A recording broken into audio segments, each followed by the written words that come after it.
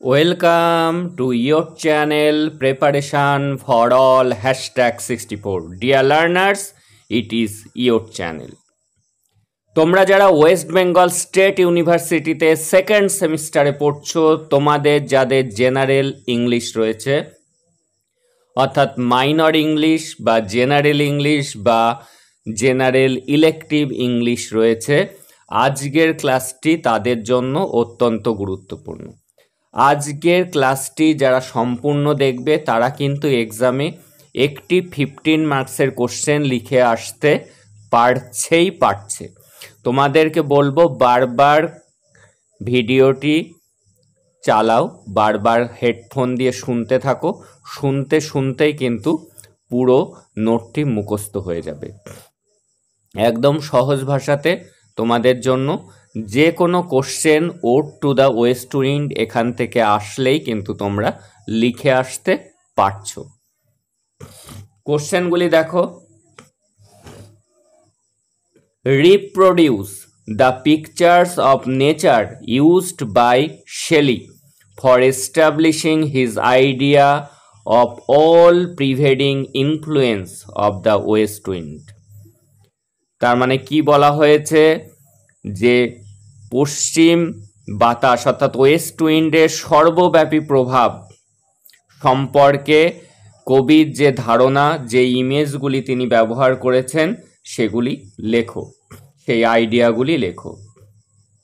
অথবা আসতে পারে describe after Shelley the effect of the West wind on the earth and on the sea. পৃথিবী এবং সমুদ্রের উপর যে ওয়েস্ট উইন্ডের প্রভাব সেটি সম্পর্কে শেলি যে ডেসক্রিপশন দিয়েছেন সেটি লেখো। Describe after Shelley the progress of the West wind on the earth amid the steep skies commotion and on the sky. শেলির বর্ণনা অনুসারে পৃথিবীতে খাড়া আকাশের কোলাহল এবং সমুদ্রে পশ্চিমা বাতাসের প্রভাব বা অগ্রগতি বর্ণনা করুন। Why is the wild west wind called destroyer and preserver.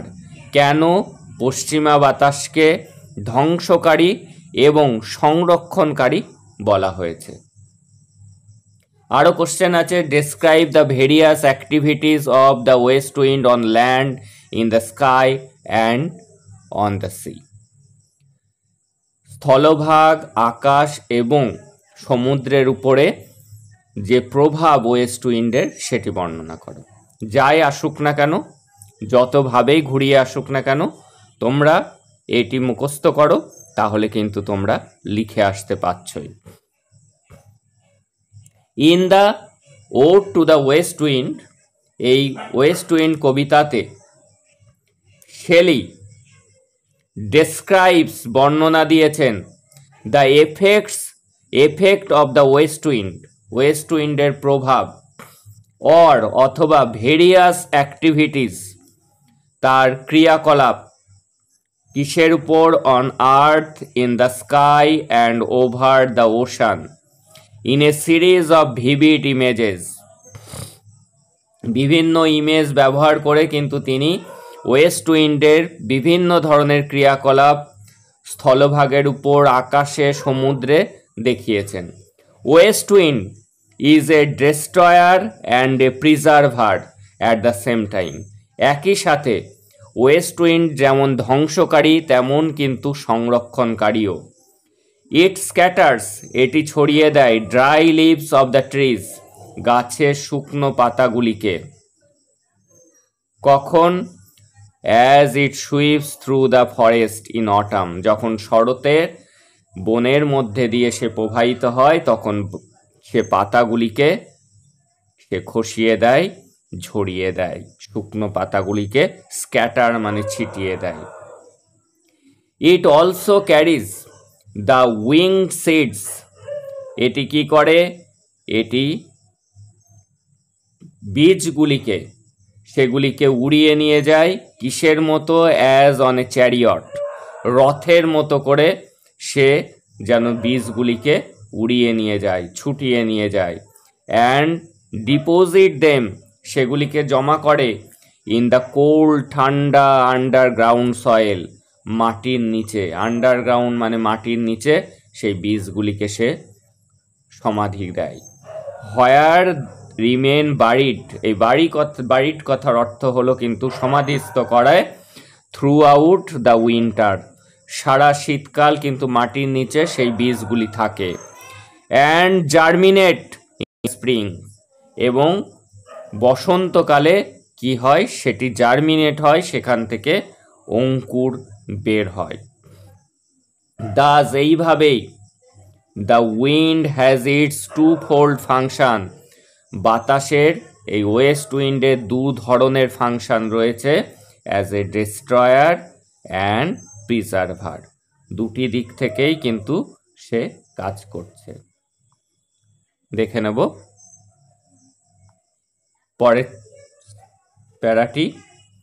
দেন তারপর the effect of the West wind in the sky is described, তারপর কবি কি করেছেন, ওয়েস্ট উইন্ডের আকাশের উপর, আকাশের মধ্যে তার যে প্রভাব সেটি বর্ণনা করেছেন।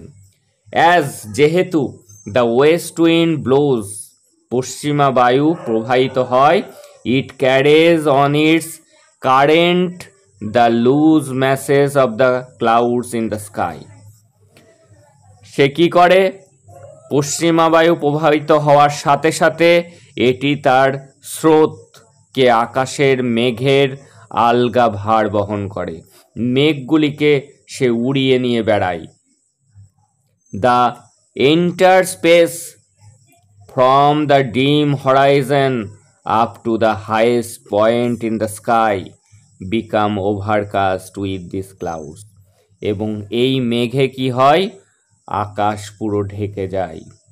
দিস ক্লাউডস ব্রিংস থান্ডার, সেই মেঘ কি নিয়ে আসে, বজ্রপাত, রেইন, বৃষ্টি, লাইটেনিং, বিদ্যুতের ঝলকানি, ইন দেয়ার ওয়েক।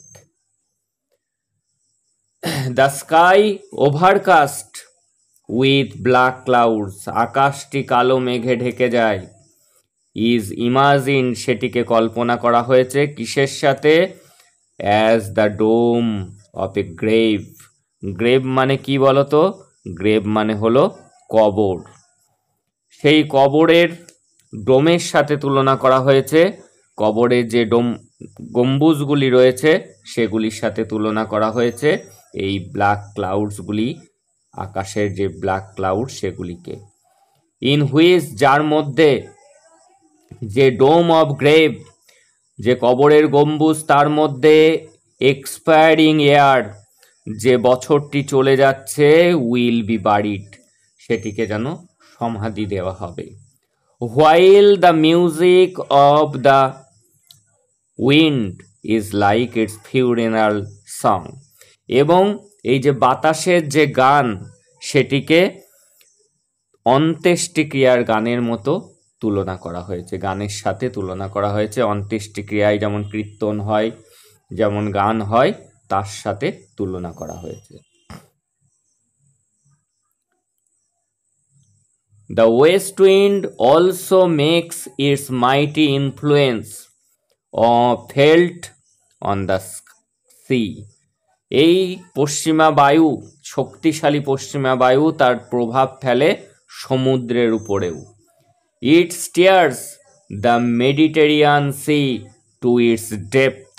এটি কি করে, এটি ভূমধ্য সাগরকে তার গভীরতায় আন্দোলিত করে, একদম ভূমধ্য সাগরের নিচ পর্যন্ত কিন্তু সেটিকে আন্দোলিত, স্টেটস মানে কি, এইভাবে ঘুরপাক খেতে খেতে যায় সেই বাতাস জলের একদম নিচে পর্যন্ত সমুদ্রের। দ্য সি রিমেন্স কাম, সমুদ্রটা শান্ত থাকে, and quiet in the summer, গ্রীষ্মকালে। সো দ্যাট, যাতে, দ্য পোয়েট ইমাজিনস, কবি তুলনা করেছেন, দ্য সি ইজ স্লিপিং, সমুদ্র যেন ঘুমাচ্ছে, কোন সময়, গ্রীষ্মকালে। অ্যান্ড পারহ্যাপস ড্রিমিং, সম্ভবত সে স্বপ্ন দেখছে। বিং এক্সহস্টেড, ক্লান্ত হয়ে, by the heat of the summer, গ্রীষ্মের দাবদাহে। At that time, the ruined towers and places under the water appear clearly. এই সময় কি হয়, যে একদম সমুদ্রের নিচ পর্যন্ত, সমুদ্রের নিচে যে প্যালেস, যে টাওয়ারগুলি আছে, সেগুলিকে ক্লিয়ারলি ভিজিবল দেখা যায় through the shining water of the sea. সমুদ্রের চকচকে জল থাকে, শান্ত থাকে সমুদ্র, একদম নিচ পর্যন্ত, গভীর পর্যন্ত কিন্তু দেখা যায় সমুদ্রের নিচে।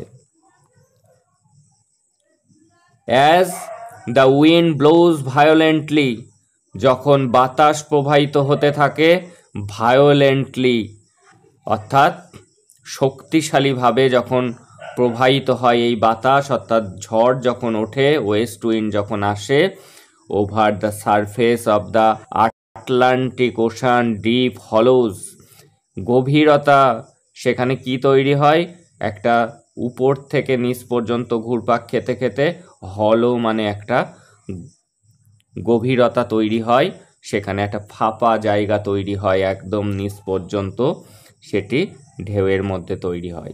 The wind causes A violent commotion in the sea weeds, এবং সেই বাতাস কি করে, বাতাস সমুদ্রের নিচে যে আগাছাগুলো আছে এবং and the flowers that Bloom on the weeds, সেই আগাছাতে যে ফুলগুলো রয়েছে সেগুলিকে আন্দোলিত করে।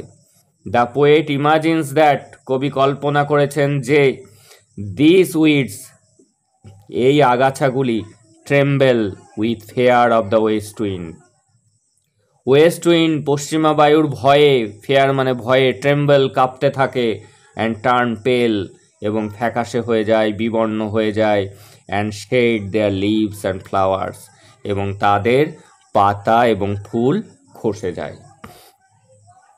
এই ode to the West Wind থেকে যে কোনো কোশ্চেন আসুক না কেন, তোমরা যদি এই নোটটি বারবার করে শোনো, মুখস্থ করে ফেলো, তাহলে কিন্তু 15 মার্কসের একটি কোশ্চেন তোমরা লিখতে পারছো, এবং ওয়েস্ট উইন্ড থেকে কিন্তু তোমাদের এক্সামে একটি কোশ্চেন আসবেই, যতভাবেই ঘুরিয়ে আসুক না কেন এই কোশ্চেনগুলির মধ্যেই কিন্তু আসার সম্ভাবনায় প্রবল রয়েছে, এবং এই নোটটি মুখস্থ করলে তোমরা কিন্তু সেটি লিখে আসতে পারছো।